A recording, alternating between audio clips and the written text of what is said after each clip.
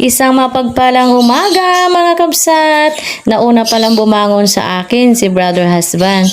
At yan nga po, nakapagsalang na siya ng kanin sa aming rice cooker. At yan nga, si husband ay hinahanda ng aking mga ingredients sa pagluluto. Nung natapos niya na pong i-prepare, ako naman po ay magluluto na. Ganito po ang way ko ng pagluluto ng sinigang na bangus sa kamatis. Pinagsasabay-sabay ko na yung kamatis, sibuyas, bawang, tsaka ako lulutuin sa sarili niyang katas. Gusto ko po kasi sa kamatis, kumbaga sa Ilocano, ikirog kunada. Tapos, palalabasin ko yung sarili niyang katas, i-overcook ko siya bago ko siya lagyan ng tubig. Pag na-overcook po kasi ang kamatis, lumalabas yung asim ng kamatis, yung sarili niyang asim para may lasa-lasa na yung ating sabaw. At yan nga po, nilagyan ko na ng mainit na tubig na galing sa aming electric kettle. Bago ko naman nilagay yung mga bangus para lutuin siya. Nung nailagay ko nga po yan, nilagyan ko na rin siya ng asin at pinakuluan ko siya. Nung napakuluan ko na po siya, yan nga po, pinakuluan ko na. Tinitignan ko si brother husband, nakapagsalang na pala siya ng kanyang labahin. Actually, labahin namin yan. Mamaya magtatandem kami para matapos namin na maaga yung aming paglalaba.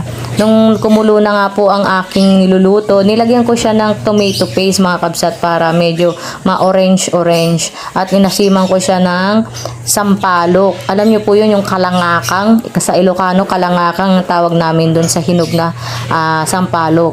Bali po pag tag-araw, nag-iipon ako ng kalangakang o ano pong tawag niyo dyan sa maniba o hinog na sampalok.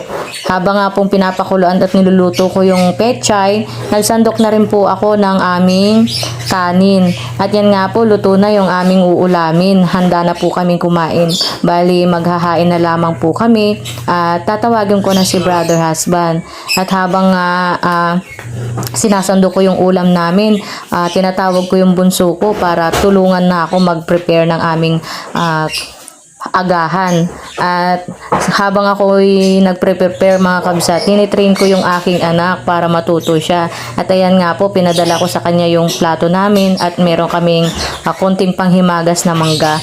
Ipinadala ko po sa kanya yon, ilalabas namin dyan sa aming lamesa sa harap ng bahay namin. Dahil dyan po kami nag-aagahan, nagtatanghalian at nagdi-dinner. Ayan po, tinuturuan ko siya kung paano mag-prepare. Pinakuha ko rin sa kanya yung aming kanin para habang bata pa siya, may maitutulong na siya at matuto na siya sa gawaing bahay. At ayan nga po, habang kami bago kumain, nag-pray muna